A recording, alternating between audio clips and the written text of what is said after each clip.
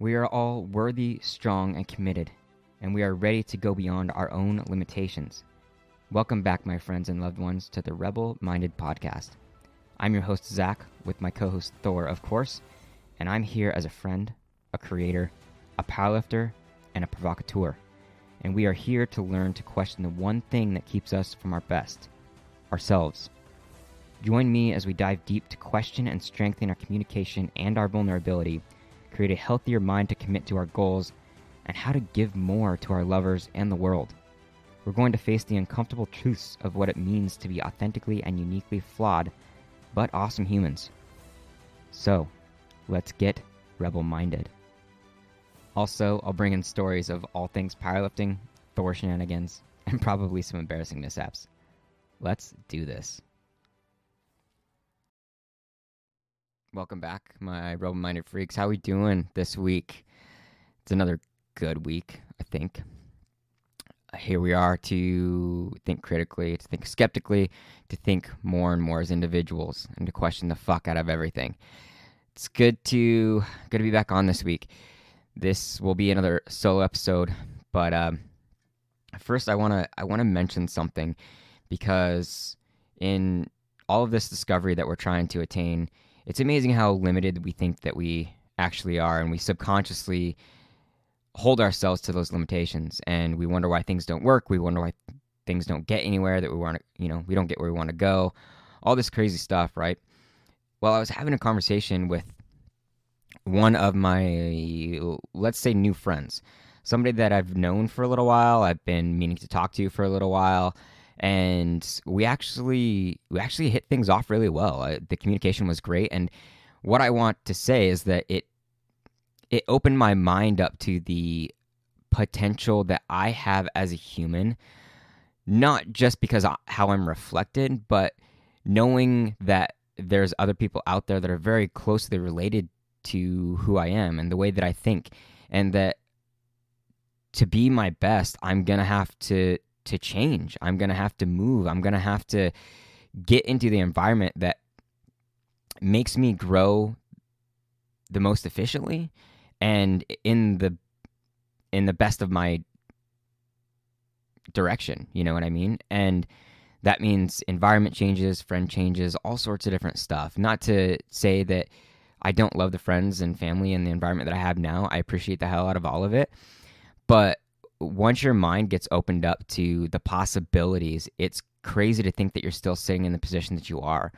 And I have so many plans that I have so many plans that I want for the podcast to happen, and so many plans for my own individual life and my personal life. And I just implore you to do your best to have really good conversations, to seek out really good people, to move forward in any direction, even when it's uncomfortable or when you think you don't have time, just out of intuition or instinct or curiosity or intrigue, and just out of exploration and fun sometimes, you know? Don't be afraid to push your boundaries, and at the very least, open your mouth. Take a few steps, and you never know where you might be led. So now that rant is over, I want you guys to jump into this podcast. Can't wait to talk to you. You know, I think one of the hardest things is seeing yourself as others see you. It's nearly impossible. I mean, what we think is so much different than what others think of us, right? There's a pain in the unknown. There's a fear in the unknown. And rarely do people tell us in detail what we look like to them. We get praise from others, but rarely do we get criticism among friends, because everybody's afraid to hurt each other, or at least constructive criticism. We've gotten scared of the idea of hurting someone else, even if we know it may help them. And I don't even know where we lost track of this. I rarely see what others see in me. I've learned to give into this idea that I have to find out. I don't need to find out. I've accepted, at least to a major degree, that I won't get the most honest answers from people, and that's okay. I know that sometimes I preach. I know that sometimes I come off blunt, and sometimes I speak and write as if I know more than I do. But in my growth, I found that I know more than I ever have, and I've only ever wanted to share that. It's funny how our tone and our presentation and the exact words we use may give off an air of arrogance and entitlement.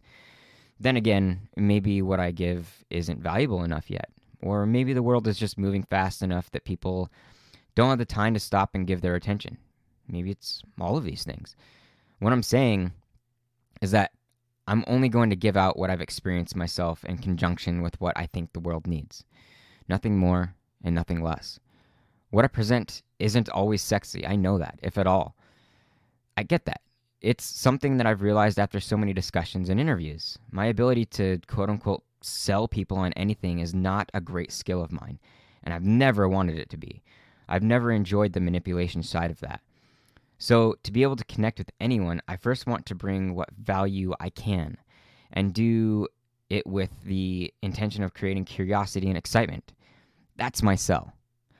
What I have before you are the greatest things that have changed me as a human over the last 5 years of my life, with the inclusion of the past 30 years of experience I've had in my life.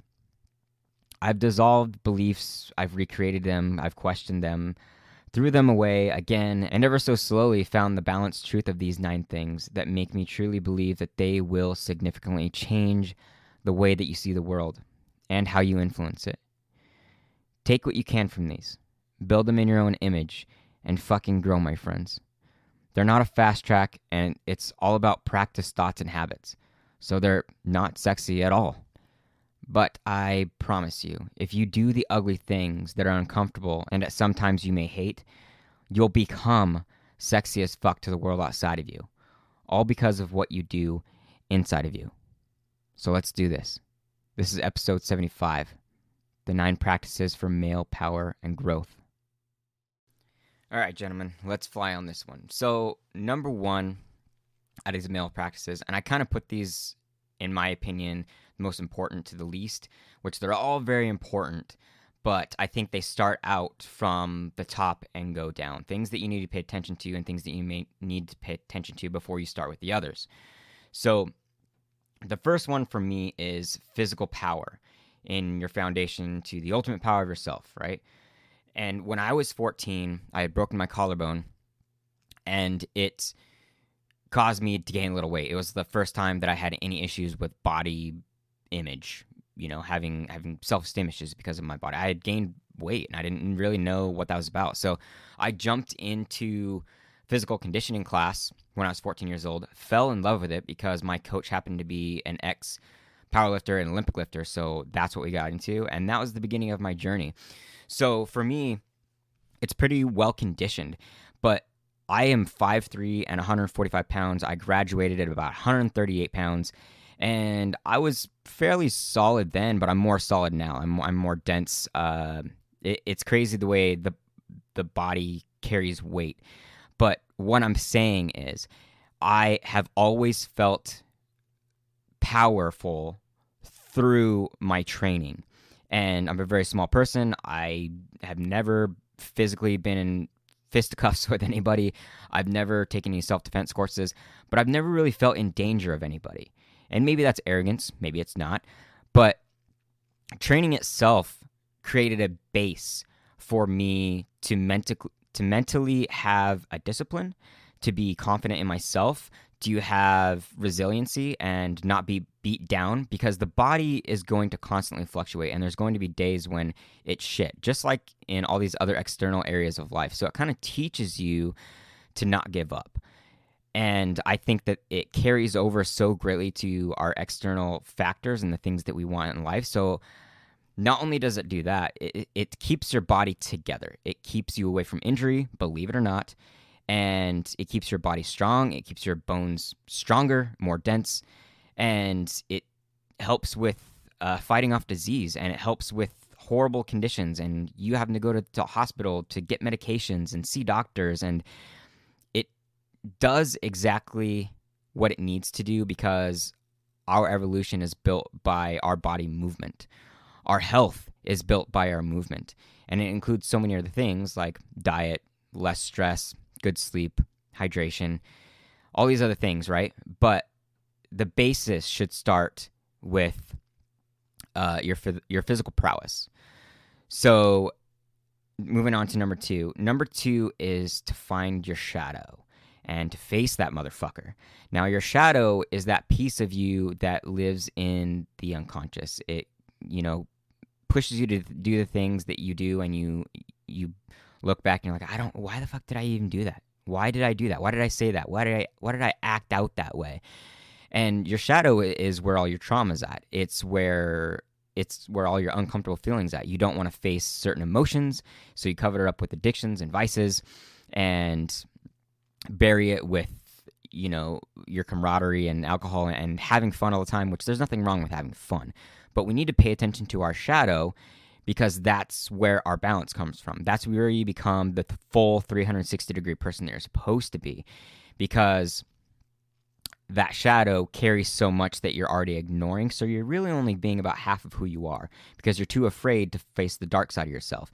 And you start having all these exacerbated problems because of your emotions. You may be emotionally driven. You may be impulsive. You may have addictive attributes. And that's typically because of your shadow. And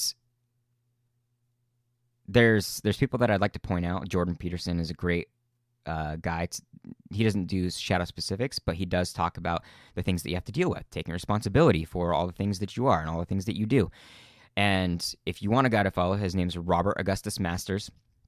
He makes some great books. He has one called Emotional Intimacy that I have not yet read, but his most fantastic book, in my opinion, is called To Be a Man.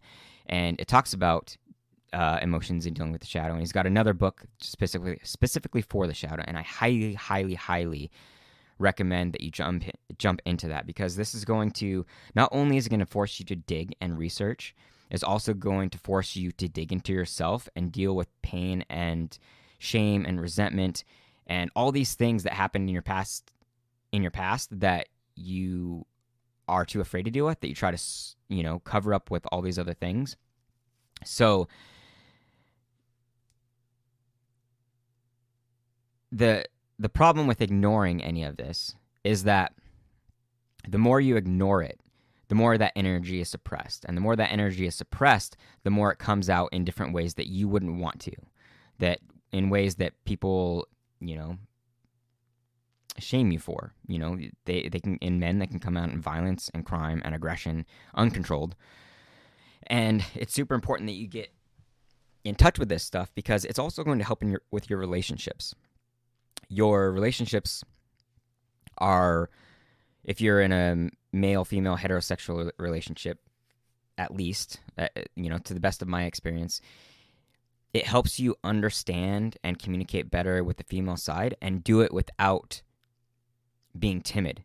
You can walk into your emotional space without being too afraid, just because she may know more than you. And, you can stop blaming her for wanting to be emotional, because you're just deflecting and you don't know what the fuck to do with your emotions. You don't know what to do about your trauma.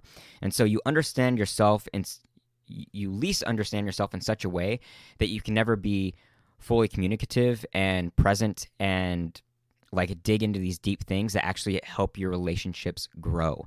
So research the shadow, maybe dig into the couple books that I mentioned, and face these things. Learn to write to yourself in a journal or whatever you need to do. Talk to yourself in a mirror. A lot of times it's mostly just thought process and going over information that people, with people that you respect in books and role models and stuff like that, to actually face your shadow. So that's number two. And I think that it is very, very important. So make sure you dig into that. Number three is kind of tied into number two, is practice the inner monologue, because this will give you power. So the men are going to reject this a little bit, and I get it. But men, we all talk to ourselves. Every single one of us. That is our consciousness, right? So we are all talking to ourselves. So don't think that it's some ridiculous, weak thing that you have to talk through yourself with, or you have to talk to yourself like you're a little kid, because fucking what? You're already talking to yourself. You're probably already talking down to yourself. And that conversation that you have with yourself is actually what gets you to attack the goals that you want. It actually helps you deal with your, like I said before, your past traumas and your shadow. Your inner monologue, that conversation that you have with yourself, is all about control. And when when you can do this, then you become more emotionally intelligent. You become more emotionally in control. You find out what you actually want. You find out what the kid in you wanted. You find out what responsibility is. You find out, how to have conversations with other people. You learn really, really great control. And in that inner monologue, what you learn in empathy with yourself translates to the relationships that you have outside of yourself. Because if you can be empathetic and loving and accepting of yourself, you'll learn to do that more and more with people outside of yourself as well. So, number 4 is to read and write for improved cognitive function. So, what I mean by this is that read things that disrupt you, read things that you disagree with, or at least for me, I like to read things from people that I disagree with. I think it's super important to bend your own perspective, maybe dissolve your own perspective enough so that you can stay open-minded. So what this does for you when you're reading is you're following people that you respect, that you're curious about, that know more than you. And so it's a lot easier to soak up information with people that are above and beyond you, because you respect the people that are above and beyond you, quote unquote above and beyond you, because most of the time we're talking and conversating with people that are at our level, right? So you're more likely to pull in information and create good habits and listen more and incorporate more information when you read from people that are above and beyond you. Like I said, your role models. And the other part of reading is that it changes and enhances your vocabulary. It helps you have better contemplation with yourself, like that inner monologue that I was talking about. It improves your cognitive function. It keeps you open-minded. It creates more knowledge and wisdom. It opens up perspective just by what you read on a page, right? And the other part of this is writing. If any of you are abrasive against journaling, I highly recommend trying this at least to see where it takes you. And I mean trying for a few months to see where it takes you. It's not for everybody, but if you write out that conversation with yourself, you slow down the conversation that you have with yourself, and you're more able to soak in what you're trying to do, and you're clearing up the issues that you have with yourself because nothing else gets in the way. You're controlling the conversation with the writing that you're doing. So I highly, highly recommend reading for sure, and writing at least as some sort of practice. Number 5, find everything out that you can about your enemies. This kind of goes into like what I was saying with reading about things that you disagree with. So the reason I say this is that the more you know your enemy, the more chance you have at winning. And this isn't just like a conquering thing. This is knowing your enemy well enough to take control of your own situation and not be fucked with, not be manipulated, not be, stabbed in the back by anything. And it's kind of like that Art of War recommendation is knowing your enemy, right? The more you know about the enemy, the more confident you are, the less in fear you are, and the more in control you are. And it creates empathy. You may actually find out that your enemies are not enemies at all. You may figure out that they're a lot more human than you think they are. You may figure out that you have a lot more in common than you think you are. So if you can actually turn an enemy, at least in your own mind, you have one less enemy to worry about. It's one more person that you don't have to conquer, one more person to create stress, right? And you also learn control in your battles, and you know how to handle your battles, and you know which battles are worth taking on and which ones are not. Because so many enemies are out there just want to watch the world burn. What is that? That's a Batman reference, I think. Some people just want to watch the world burn. And you're wasting your time if you have any intention of following goals and creating really good value for the world. You're wasting your time with people that are so destructive that they just want to watch the world burn, because they will do anything and everything to tear you down. So get the fuck away from them, right? Number 6, you're not going to like this one, especially a couple aspects of it. Practice fasting and abstinence in different parts of your life. And what I mean is abstinence and fasting with food, with sex, with any sort of like alcohol, drugs, movies, any sort of vice, anything that you use as like a dopamine dump. Because I'm not saying these things are bad. I mean, in great numbers, they are bad. They take away your ability to have the human experience. They take away your clarity. They numb you out. They separate. They kind of create like this robot version of you, right? And they're an easy path to any sort of satisfaction, right? And so practicing fasting and abstinence from these things teaches you control. Have you noticed all of these have some sort of benefit control, right? And most of us men want control, so pay attention. So it teaches you control of yourself, and it gives you more clarity and realization of who you are and what your habits are and where you're wasting time and where you can be better. And the thing that I've talked about with most people, and I just don't think I'm going to change my mind on this, is that I think porn is very destructive of the male mindset. You lose the ability to want to be invested into a relationship. You can get your, you can get your satisfaction. You can, and you don't have to approach a girl. You can look for exactly what you want to in porn, and you don't have to worry about the yes or no's. You can look up any sort of fetish. You get exactly what you want through porn, and it's very easy to access, and you don't have to do anything extra to get it, right? But I want you to do this with multiple things. I want you to try this with food. I want you to try this with porn. I want you to try this with sex. Have you heard about semen retention? Look into that a little bit.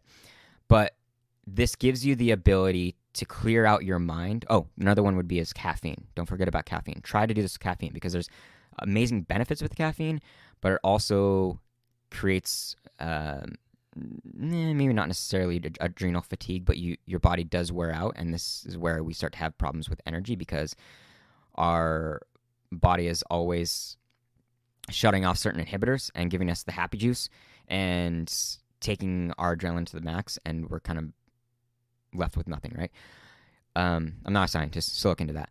But this gives you a lot of clarity away from the chemicals and hormones that's created from all of this stuff, even the natural things like sex and fasting. It gives you new perspective, and it makes you more open-minded, and it changes the way that you can possibly do things. You become more efficient. You become more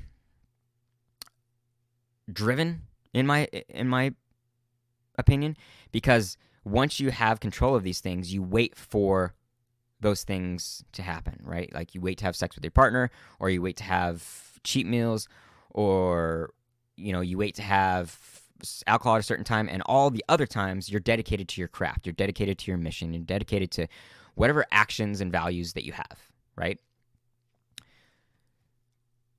And maybe it'll tell you whether you're addicted to things or not. Mine is, and always has been, movies. So just know that so many things can be addictions, and this is a good way to control them.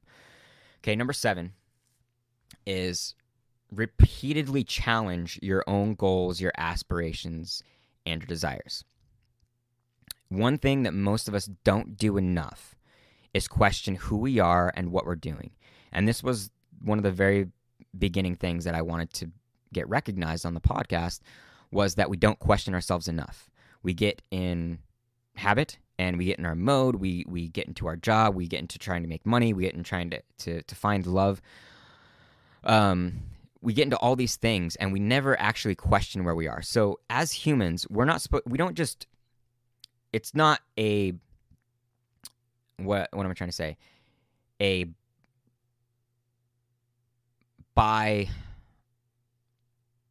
not a black and white. Like, it's not a single transition, right? So it's not just childhood, adulthood. We are constantly meant to grow.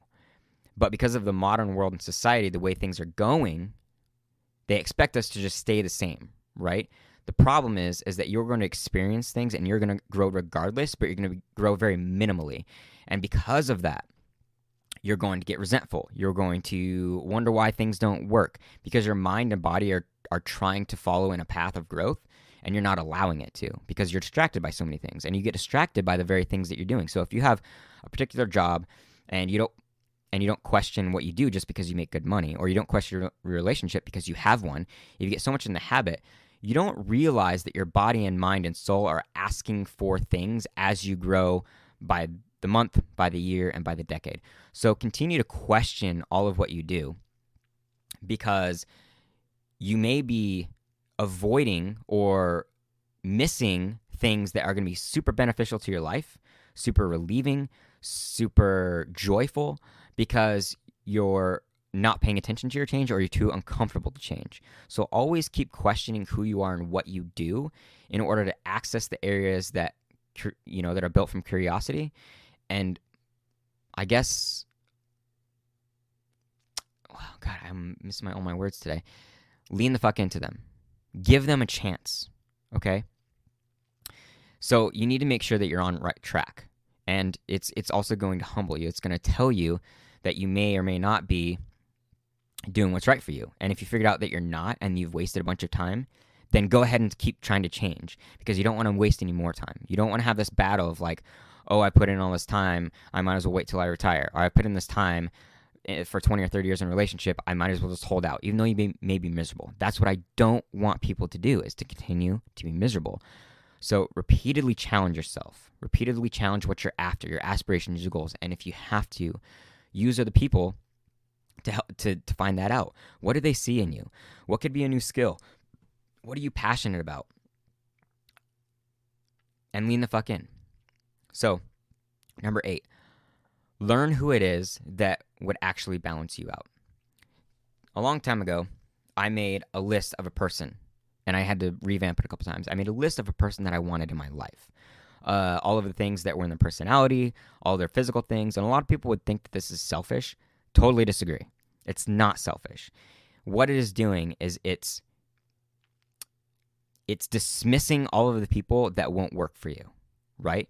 It's dialing in on the type of person that you may have and the type of person that you want, the values that you want in person. And it's going to help you figure out that the values you have, you can also find in another person, and you're more compatible. So many people are worried about connection, right? Which oftentimes gets confused with like lust and desire. And then we end up in these relationships with people that we don't really know, and we wonder how the fuck we get there, and we wonder how the hell we don't have things in common. And then we're miserable, and then we're trying to figure out why it didn't work. We're trying to figure out, why we can't make this relationship work. And in retrospect, it's like we don't realize how unfitting we actually are. So make a list of your person, because it's going to dial into the type of person that you want. And it's going to de-stress you when you go out into the world, because you don't have to worry, men, about how many misses you've had. I mean, yes, I think we still have to get rejected in order to gain confidence, in order to get better at approach, in order to become more natural and authentic in our approach. And I think that it's super important to make sure that we continuously do that. But you can de-stress a lot because you take a lot of women off the table. You take a lot of women off the table that aren't going to matter, that are actually going to be a bad thing for you. Because what you're going to realize is that 70, 80, 90% of the women in the world are not compatible with you, and you need to find the people that are compatible with you, people that understand you, people that know how to listen to you, people that have similar goals to you, people that see the world very, very similar to you do. And what this is also going to do is it's going to amplify your connections. It's going to make your connections that much better because you know who you're talking to, because you're able to be authentic and you don't have to be fake, right? It's going to amplify the fuck out of those connections, make things so much more desirable, so much more fun. So last but not least is, I think this is a very good skill, even though it's last on the list, is research and study or practice contemplating death. And I know this is not a very sexy issue. I know this is not a very popular topic, and not many people actually think about death. But when you think about this, you can realize that death is there to remind us that we only have one life. And it's the problem that I have with religion. I'm not saying there is no God. I'm not saying religion is a bad thing. I think religion has done many, many great things for people. I'm super glad that we have it. But I think part of the idea of having an afterlife leads to laziness of people in this life. And what I mean is that people know that there's an end, but there's not really an end. So they go on to another place. They go to another area of consciousness where they're in control, where they can attain, where they can be happy, right? But if you give into this idea that things will inevitably end, that you will die, then it's going to make the now more beautiful.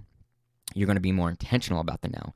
You're going to be a little freaked out, at least I am, knowing that there's things that you want to live and experience before you die, right? So whether that includes a bucket list, whether that includes being some sort of legend that goes down in history, whether that includes, making a certain amount of money and having a certain type of relationship, whatever it is about this life that you have, your goals then should amplify, and you should be more driven, and you should be more responsible, and you should be more dedicated to your life and stop holding back in all these things because you're actually afraid of what will happen at the end. I am afraid that I will go to my deathbed and regret not doing all the things that I want. So it gives me more power now. And the more that I think about death, the more that I contemplate death, the more that I know that death is right around the corner or possibly can be right around the corner. I ride a motorcycle. The more I want to be dedicated to my craft, the more I want to figure out who I am, the more I want to get to my success, the more I want to have really good relationships and do things good by other people and do things good by myself to have the best experience that I can while I'm here. And I know most of us are dragging this out, trying to figure out how this works, but there's so much less stress and we can make a lot more dedicated yes or no decisions when we realize that death can always happen, that will happen, and that there's always a risk of it happening at any time. We just don't know. No amount of money, no amount of safety is going to keep you from getting there. The only thing that's going to help you stay away from death is your health, your physical health, your spiritual health, your mental health, and doing everything you can to take care of your body and mind to create that longevity. So these are my 9 things. I hope you guys got something out of it. This is probably the first podcast that I've done in a very, very long time that is right off the cuff. Let me know what you guys think. As always, I love the fuck out of you guys. Go ahead and leave a review. Let me know what you guys think of these 9 things because I would love to know how you see the world. Is there something else that you include? Is there something else you would take out, or would you have a different perspective on? So beyond that, I love you guys very much. I can't wait to hear from you. I can't wait to get on to the next episode. The next episode is going to be with a fitness coach, and we talk a lot of things about health and a lot of the bullshit that's going on in the health industry. So until then, stay strong and stay rebel-minded. This is your host, Zach. Out. Hey guys, I hope that all things we've brought here, including the people, have helped you change the way that you see the world. And if it has, then it would help us so much if you leave a rating and a comment on iTunes or give any feedback wherever you listen to the RMP. Thank you for listening in, and don't forget to follow and subscribe. Question everything, my friends.